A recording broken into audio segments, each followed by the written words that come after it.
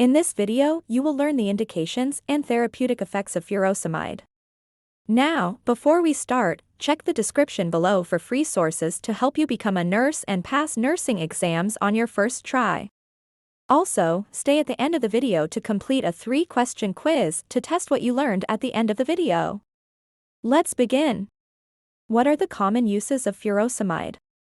Remember that it is a diuretic, so think of places that need water to be removed. Once you remember this, you will think of the uses immediately. One indication is for edema associated with heart failure. Heart failure is a chronic condition characterized by the heart's inability to pump blood efficiently. This can result in fluid accumulation in different parts of the body, leading to edema. Furosemide is often prescribed to reduce fluid overload and relieve symptoms such as swelling and shortness of breath. The next indication is hypertension. Furosemide is sometimes used as adjunctive therapy in the treatment of hypertension. By promoting diuresis, it helps to reduce blood volume and subsequently lower blood pressure. However, it is important to note that furosemide alone is not considered a first-line treatment for hypertension and is typically used in combination with other antihypertensive agents. The next indication is liver cirrhosis. Liver cirrhosis is a condition characterized by irreversible scarring of the liver tissue, which can lead to fluid accumulation in the abdomen. Furosemide is often used as part of the management strategy for ascites to promote diuresis and reduce abdominal swelling. The next indication is renal impairment. In patients with kidney disorders, such as acute renal failure or chronic kidney disease, furosemide may be prescribed to enhance diuresis and prevent fluid overload. By increasing urine output, it can help to remove waste products and toxins from the body, improving kidney function. The final indication is pulmonary edema.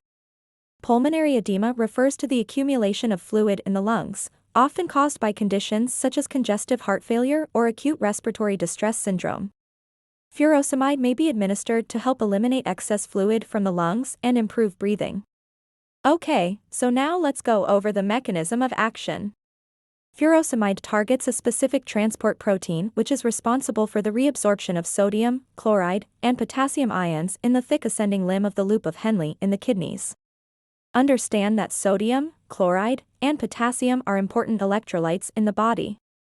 By inhibiting this transporter, furosemide prevents the reabsorption of these ions, leading to increased excretion in the urine.